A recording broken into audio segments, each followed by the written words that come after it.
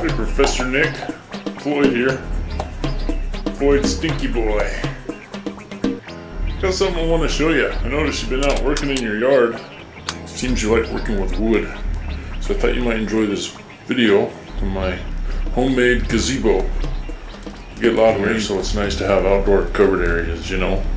So I'm thinking you need one of these here in your yard. Made out of spruce. Not too hard to make. Has 5 sides. Of course, it's got state flag flying.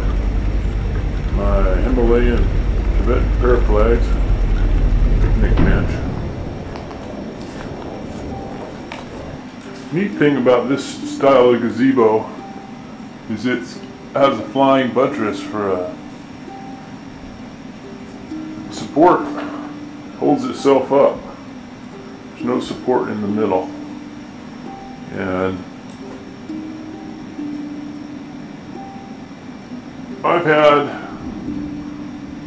3 or 4 or 5 feet of heavy snow on it. It's real strong. This thing ain't gonna budge an inch. So I thought what I'd do is show you how I made it, in case you want to make one. First, right where Sadie's standing, I drove a stake in the ground. I measured out 6 feet on a string, put a mark where each of the posts is going to go. So I call it a 12-foot gazebo, 6 feet from center to the center of each post.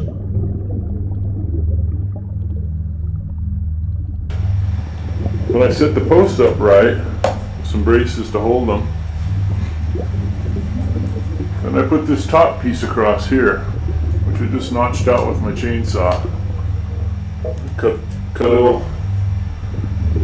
Did that all the way around, so that holds the top of the posts. Also, what amounts to 6 feet from the center to here, to the kingpin. Next, I add these diagonal gussets. I just make a little bed for them with a chainsaw, a little flat place to nail them off and hold them up there and mark them in place, and attach them all the way around. Good lateral support.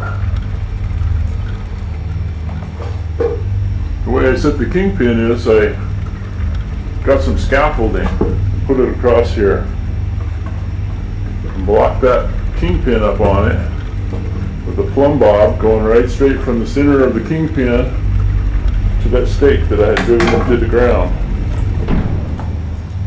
That's my puppy playing with an old bucket.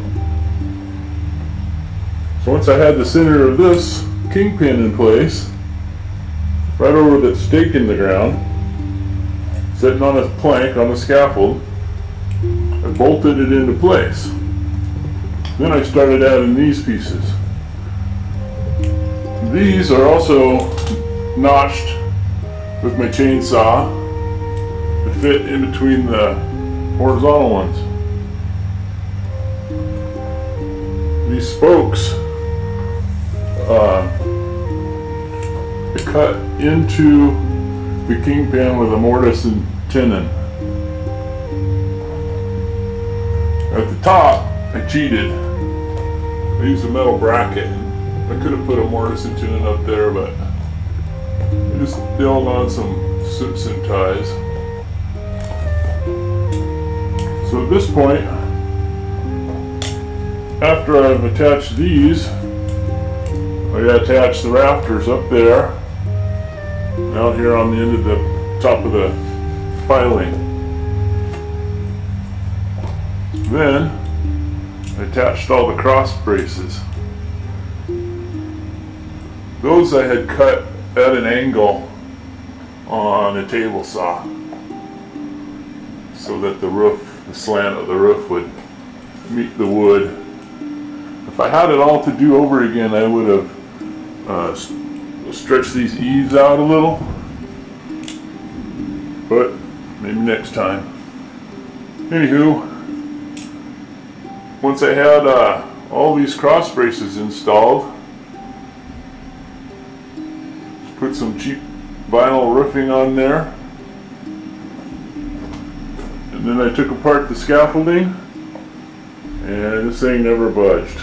Hasn't moved since. Up on top, added a little metal hat, keep the rain from going down inside, and the flagpole.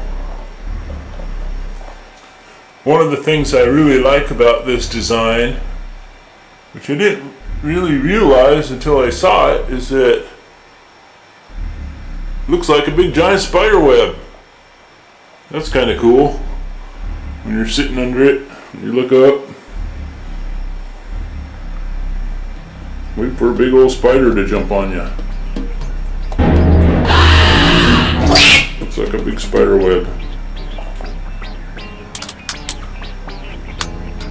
There you go, your freestanding homemade gazebo.